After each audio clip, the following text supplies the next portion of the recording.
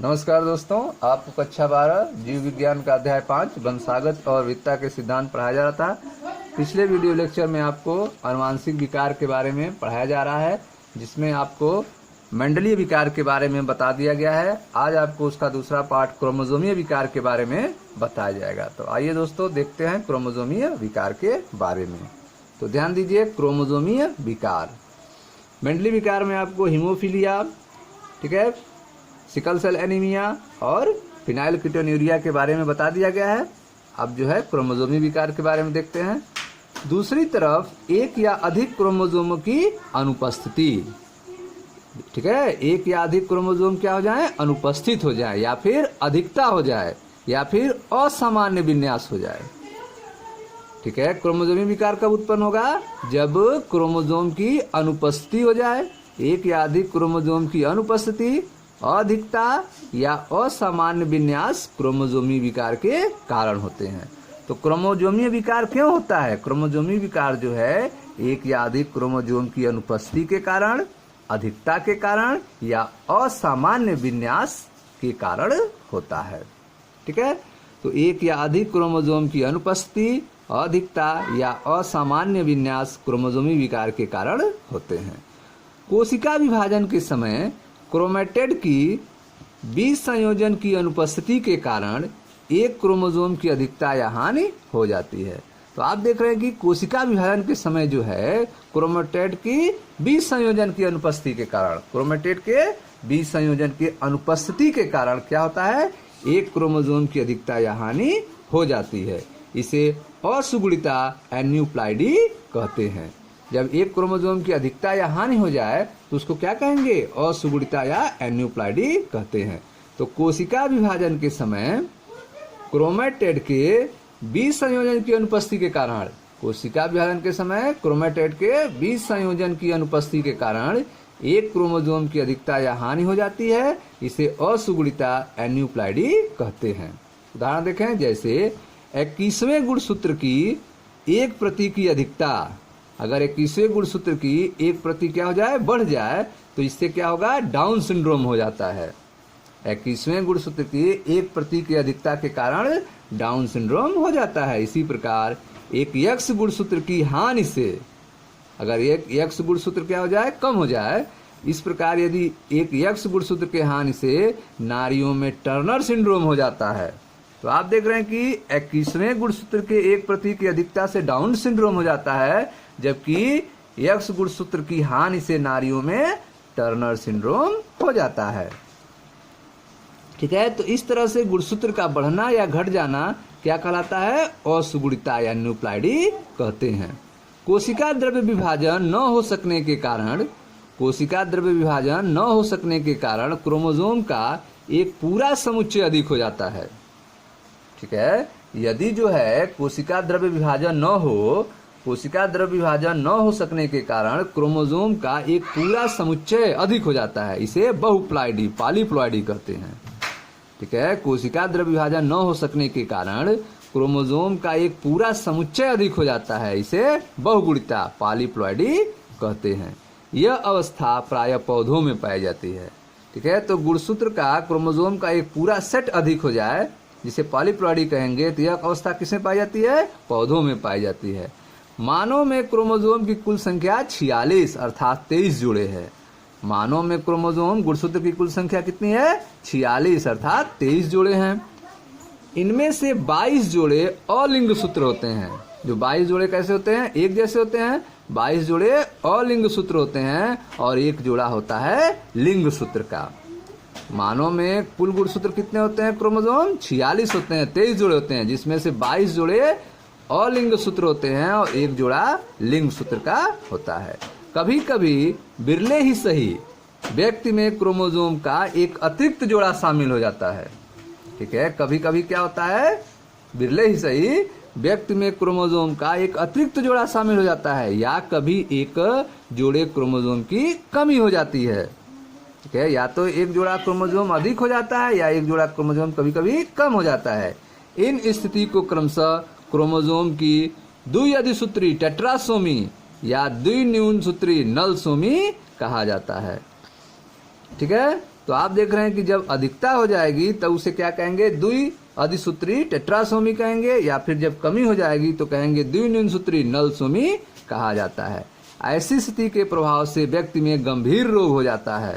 ठीक है, क्रोमोसोमी विकार का उदाहरण Down syndrome, Turner syndrome, Klinefelter syndrome है।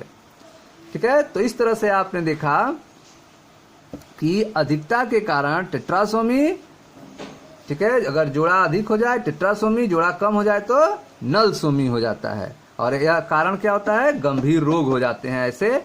ठीक है, तो क्रोमोसोमी विकार के उदाहरण हैं Down syndrome, Turner syndrome, Klinefelter syndrome. तो आइए देखते हैं डाउन सिंड्रोम के बारे में। ध्यान दे दोस्तों, डाउन सिंड्रोम इस आनुवांशिक विकार का कारण 21वें क्रोमोसोम की एक अतिरिक्त प्रति का आ जाना है। जो 21वां क्रोमोसोम है वहां पर एक क्या होता है, एक अतिरिक्त प्रति आ जाता है। तो 21वीं में क्या हो जाएगा, त्रिसूत्रता हो जाएगी। दो तो होंगे ही, लेकिन एक बढ़ जाएगा तो त्रिसूत्रता हो जाएगी। इस आनुवांशिक विकार के कारण 21वें क्रोमोसोम की एक अतिरिक्त प्रति का आ जाना 21 की त्रिसूत्रता है। इस विकार को सर्वप्रथम लैंगडम डाउन ने खोजा था। इस विकार को सबसे पहले किसने खोजा था, लैंगडम डाउन ने खोजा था। उन्हीं के नाम पर इसको डाउन सिंड्रोम कहा जाता है। क्या इसके लक्षण है, रोगी व्यक्ति छोटे कद और छोटे गोल सिर का होता है। रोगी जो व्यक्ति होगा वो छोटे कद का होगा, छोटे गोल सिर का होता है, जीभ में खांच होता है और मुंह आंशिक रूप से खुला रहता है। ठीक है, चौड़ी हथेली में अभिलाक्षणिक पाल्म क्रीज होता है। शरीर शारीरिक मन प्रेरक साइकोमीटर और मानसिक विकास अवरुद्ध रहता है। इसमें मानसिक विकास क्या होता है, रुका रहता है। ठीक है, तो आप देख रहे हैं इसका लक्षण क्या होता है डाउन सिंड्रोम का। तो रोगी व्यक्ति छोटे कद के, छोटे गोल सिर के होंगे, जीभ खांच होगा, मुंह आंशिक रूप से खुला रहेगा, चौड़ी हथेली अभिलाक्षणिक पाल्म क्रीज होंगे, शारीरिक मन प्रेरक साइकोमीटर और मानसिक विकास अवरुद्ध होता है। आइए देखते हैं डाउन सिंड्रोम के फिगर को। तो यह ध्यान दें, यह डाउन सिंड्रोम का फिगर है जिसमें क्या होता है, 21वां जो प्रति होता है उसमें 3 हो जाते हैं। ठीक है, 21वें में क्या हो जाते हैं, 3 हो जाते हैं। तो ध्यान दीजिए यहाँ पे, या बाकी जो भी आप देख रहे हैं उसमें जोड़े जो हैं वह जोड़े में हैं और समान है एक दूसरे के। ठीक है, जोड़े में है, एक समान है। लेकिन अगर हम पहुंचते हैं 21वें में तो 21वें में कितने हो जाते हैं, 3 हो जाते हैं। ठीक है, 21वें में 3 हो जाते हैं, त्रिसूत्रता आ जाती है 21वें नंबर में, जिसके कारण यह डाउन सिंड्रोम उत्पन्न होता है। तो यह डाउन सिंड्रोम बालक का यहाँ फिगर बना हुआ है जिसमें चौड़ा चपटा चेहरा आप देख रहे हैं, सिर का चपटा पिछला भाग, सिर का जो पिछला भाग होगा वह चपटा होगा, चौड़ा चपटा चेहरा होगा। ठीक है, बड़ी झुर्रीदार जीभ होगी, बड़ी झुर्रीदार जीभ होगी, जन्मजात हृदय रोग होगा इसको, हथेली में क्रीज पाए जाएंगे, अंगुलियों के सिरे पे अनेक लूप पाए जाएंगे। ठीक है, तो इस तरह से यह डाउन सिंड्रोम बालक का लक्षण होगा। यह क्या होता है कि 21वीं नंबर का क्रोमोसोम जो है 3 हो जाते हैं। ठीक है, त्रिसूत्रता उत्पन्न हो जाती है जिसके कारण जो है यह डाउन सिंड्रोम होता है। तो यह हो गया। अब आते हैं दूसरे विकार के बारे में, क्लाइनोफिल्टर सिंड्रोम। ठीक है, क्रोमोसोमी विकार में आप दूसरा पार्ट देख रहे हैं, क्लाइनोफिल्टर सिंड्रोम। तो क्लाइनोफिल्टर सिंड्रोम क्या होता है, ध्यान दें। इस आनुवांशिक विकार का कारण एक्स क्रोमोसोम की एक अतिरिक्त प्रति है। इसमें क्या होता है, एक एक्स क्रोमोसोम क्या होता है, बढ़ जाता है, जिसके कारण केंद्रक में 47 क्रोमोसोम हो जाते हैं। ठीक है, 46 में क्रोमोसोम होते हैं लेकिन सब बढ़कर कितना जाएंगे, 47। एक एक्स क्या होता है, बढ़ जाता है, अर्थात एक्स वाई हो जाते हैं। इस आनुवांशिक विकार का कारण एक्स क्रोमोसोम की एक अतिरिक्त प्रतिलिपि है, जिसके कारण केंद्रक में 47 क्रोमोसोम हो जाते हैं XXY।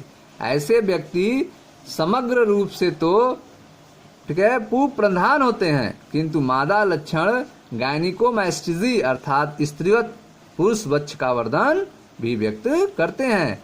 ऐसे व्यक्ति बाज होते हैं।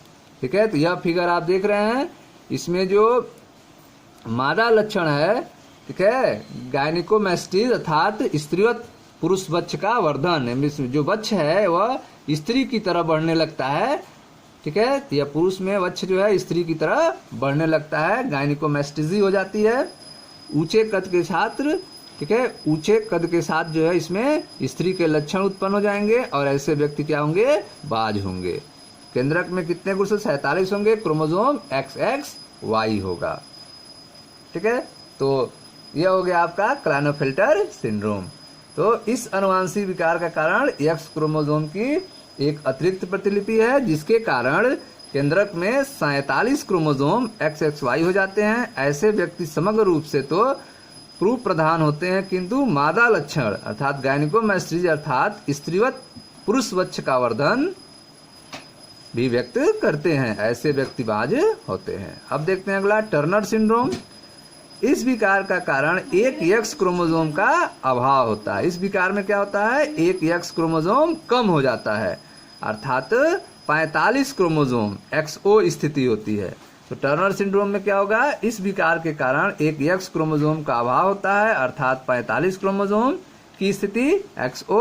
ऐसी नारी बाज होती है क्योंकि अंडाशय अल्पवर्धित होते हैं, अंडाशय पूरा विकसित नहीं हो पाते हैं, और द्वितीयक लैंगिक लक्षण का अभाव होता है। इसमें द्वितीयक लैंगिक लक्षण का क्या होगा, स्त्री में अभाव होगा, छोटा कद और अल्प विकसित मादा लक्षण होंगे।